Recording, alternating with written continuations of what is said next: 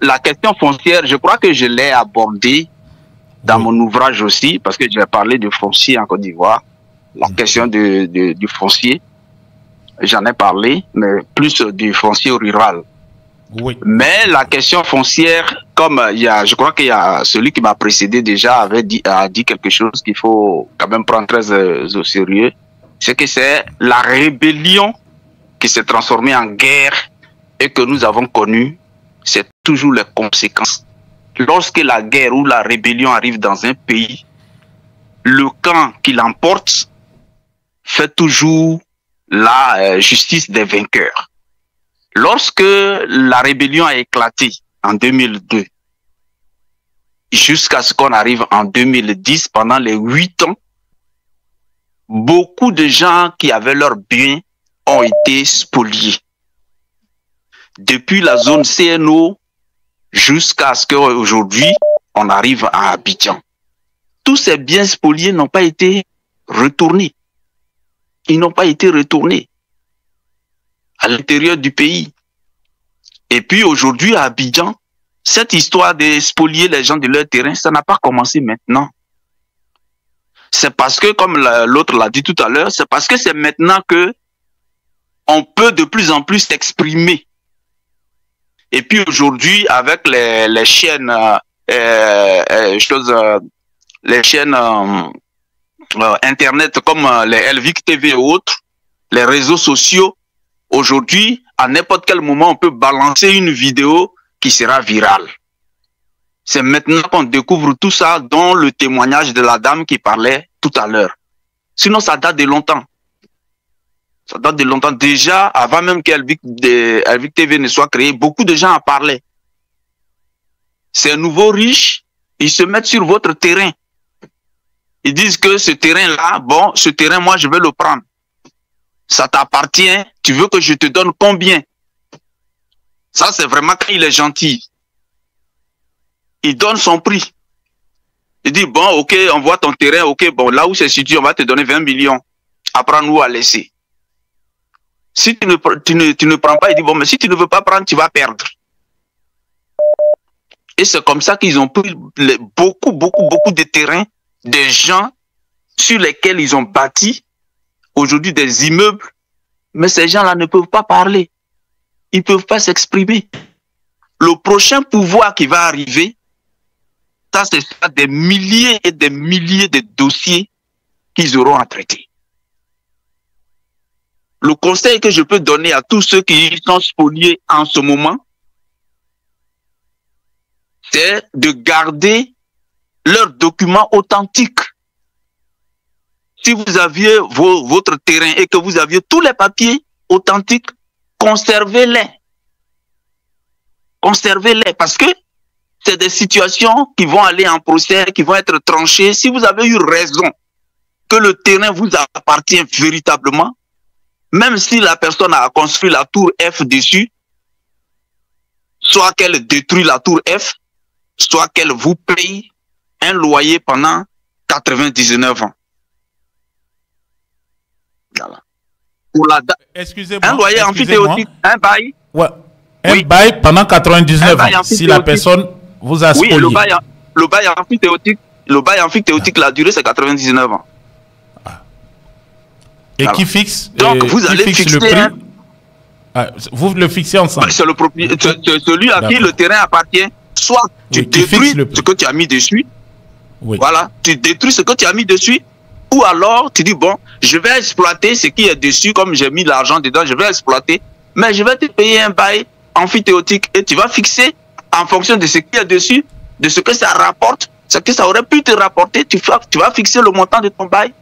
Et ça va, vous allez signer et à chaque mois, il va te verser ça. Donc, la dame qui a perdu son commerce, ses coiffures et tout ce qu'elle avait là, elle n'a qu'à garder bien son papier. Toute la procédure qu'elle a engagée, elle n'a qu'à bien garder. Parce qu'après, le dossier sera relancé. Et les immeubles que le monsieur a construits dessus, bon, mais elle va avoir une part dessus pendant autant d'années pour récupérer ce qu'elle a investi. Ou alors, le monsieur aussi n'est pas content, bon, mais il détruit ce qu'il a mis dessus et il lui paye les dommages et des intérêts par rapport à tout ce qu'il avait détruit. Il va réparer tout ça. Et puis bon, mais il détruit ce qu'il a mis dessus. Sinon, s'il continue d'exploiter les loyers qui sont de tous ceux qui louent les immeubles là, bon, mais sur ce qu'il récolte, bon, mais elle va prendre une partie dedans. C'est comme ça que le juge va peut-être trancher et puis, bon, mais elle va pouvoir retrouver ce qu'elle a perdu depuis des années là. Et puis, bon, mais elle va refaire sa vie. Voilà. Sinon, c'est vraiment c'est vraiment là le bout de l'iceberg. Sinon, c'est une affaire qui est très, très, très profonde. Voilà, c'est une affaire qui est très, très profonde.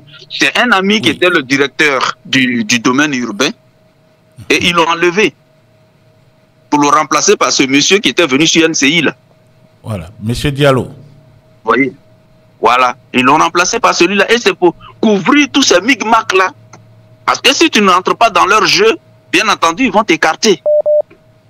Et maintenant, ils vont venir faire du surplace, des gens qui ne savent même pas de quoi ils parlent, mais c'est eux qui gèrent cette direction-là. Dans un pays bien organisé, lui il dit que le porte-parole du gouvernement dit qu'il a créé plus d'organes, mais comme l'a dit une intervenante là, il y a plus d'organes et puis les gens font des détournements. C'est du n'importe quoi. Vous multipliez les organes juste pour caser votre personnel. C'est tout. Sinon, qu'est-ce que ça rapporte? Rien du tout. C'est pour justifier leur détournement. Pour dire que oui, la masse salariale, c'est des temps. Alors que c'est des ignorants qui sont là-bas, ils ne savent même pas de quoi ils parlent. On voit des gens qui viennent sur les plateaux, ils sont en train de balbutier, ils ne peuvent même pas convaincre la population. Jusqu'à ils se lèvent et puis ils s'en vont. C'est du n'importe quoi. Mais ce que je peux dire aux Ivoiriens, vraiment, continuons d'espérer parce que lorsqu'un pouvoir doit s'écrouler, c'est des fautes comme ça, c'est des situations comme ça qui se multiplient. Voilà, les situations comme ça qui se multiplient. Ouais. Donc, c'est ce qu'ils sont en train de faire.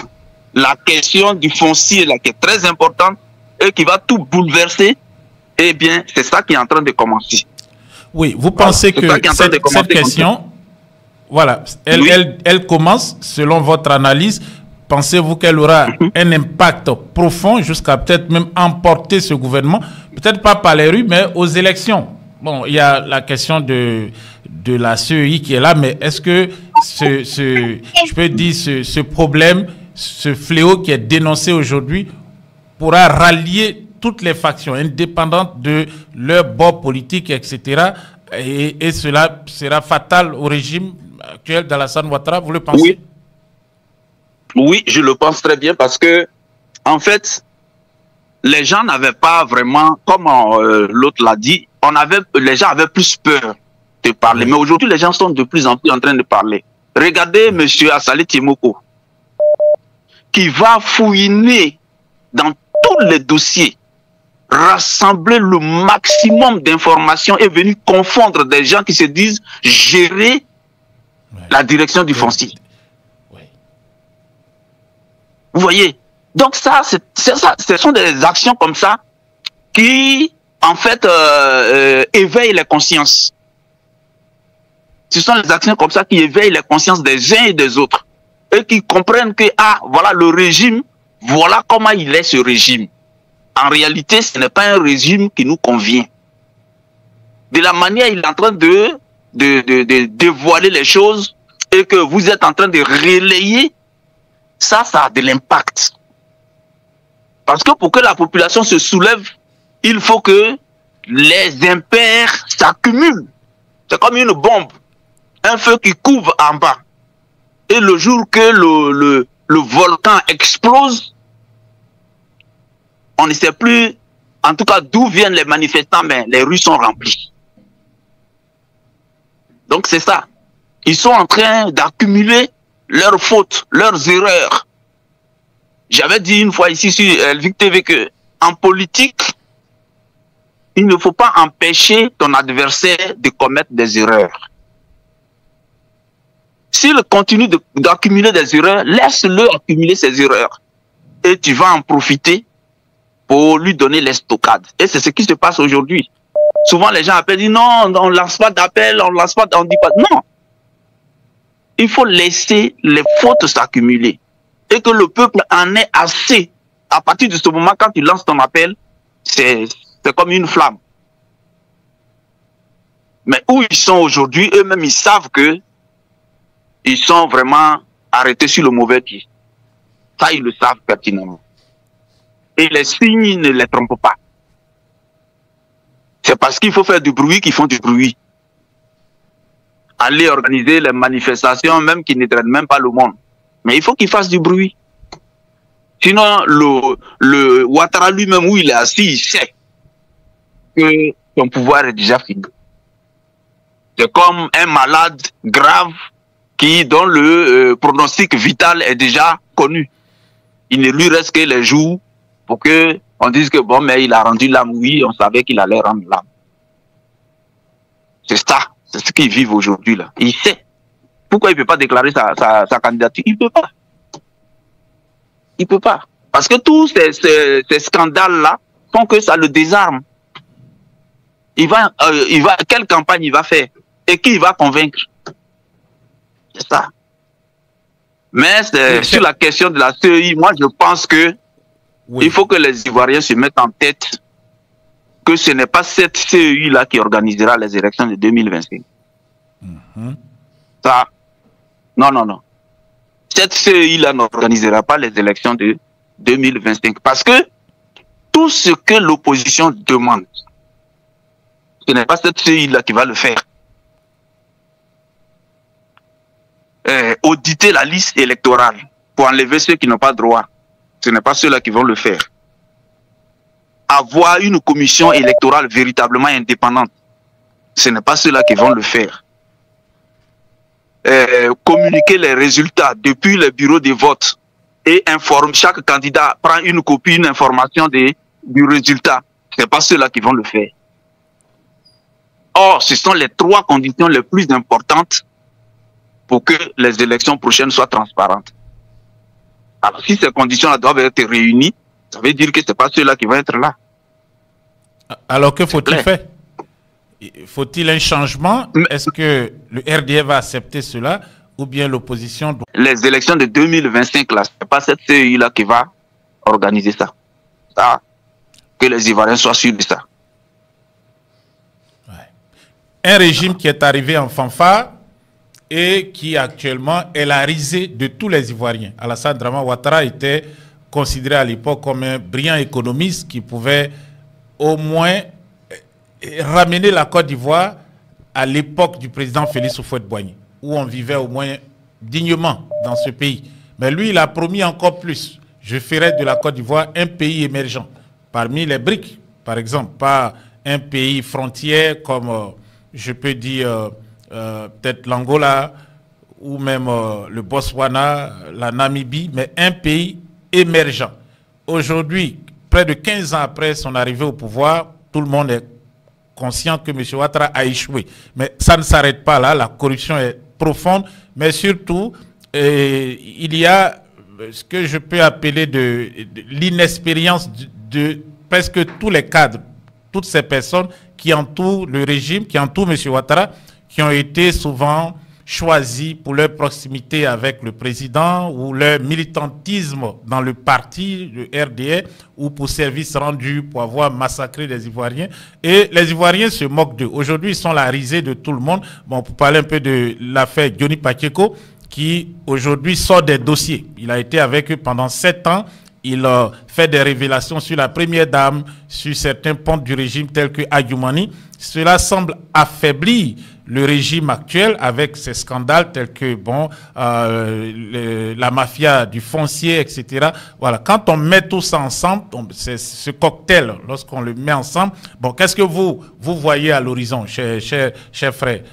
Monsieur Begré, je rappelle que vous êtes un consultant, un gestionnaire de projet basé au Canada, avec une expérience à la Banque mondiale, mais aussi au Bénin, où le président Thiam a travaillé dans d'autres institutions, tant au Canada qu'à l'étranger. Voilà, vous avez travaillé même dans les pays de l'AIS. Donc, qu'est-ce que vous entrevoyez d'ici bon, quelques mois ou même d'ici le mois d'octobre où l'élection est semblée se tenir? Comme je l'ai dit tout à l'heure, il y aura une explosion.